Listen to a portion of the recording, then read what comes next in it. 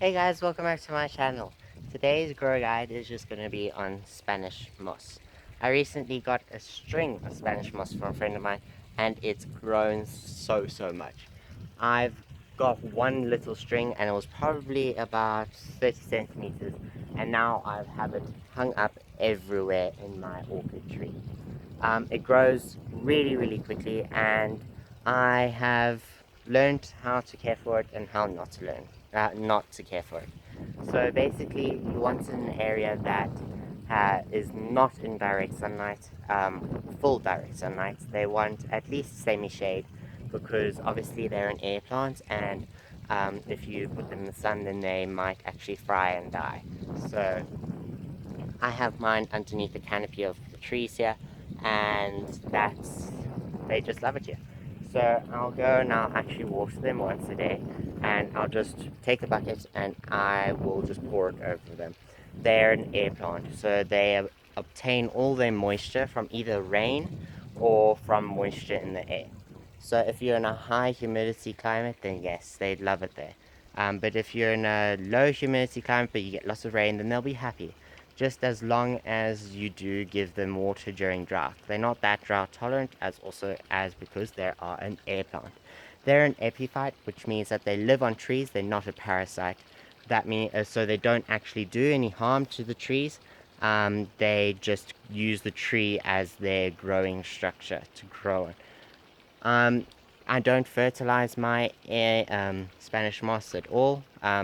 When I do water, sometimes the bird will poo on it, a branch up there, and when it rains or when I water, um, the poo will dissolve into the water and will run down.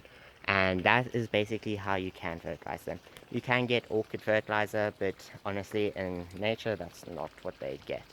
Um, I grow them here in my orchid tree, which helps my orchids because basically what they do is they block any sunlight from hitting my orchid's roots here, and that just conserves the moisture in the orchid's roots and stops the orchid roots from drying out too much. These are orchids that are growing on my silver birch tree here. They get a little bit of sunlight every day. They're not looking too great now because we had lots and lots of frost, but they're starting to come back now. I see my dendrobium is actually starting to flower. So is my actual air plant over here.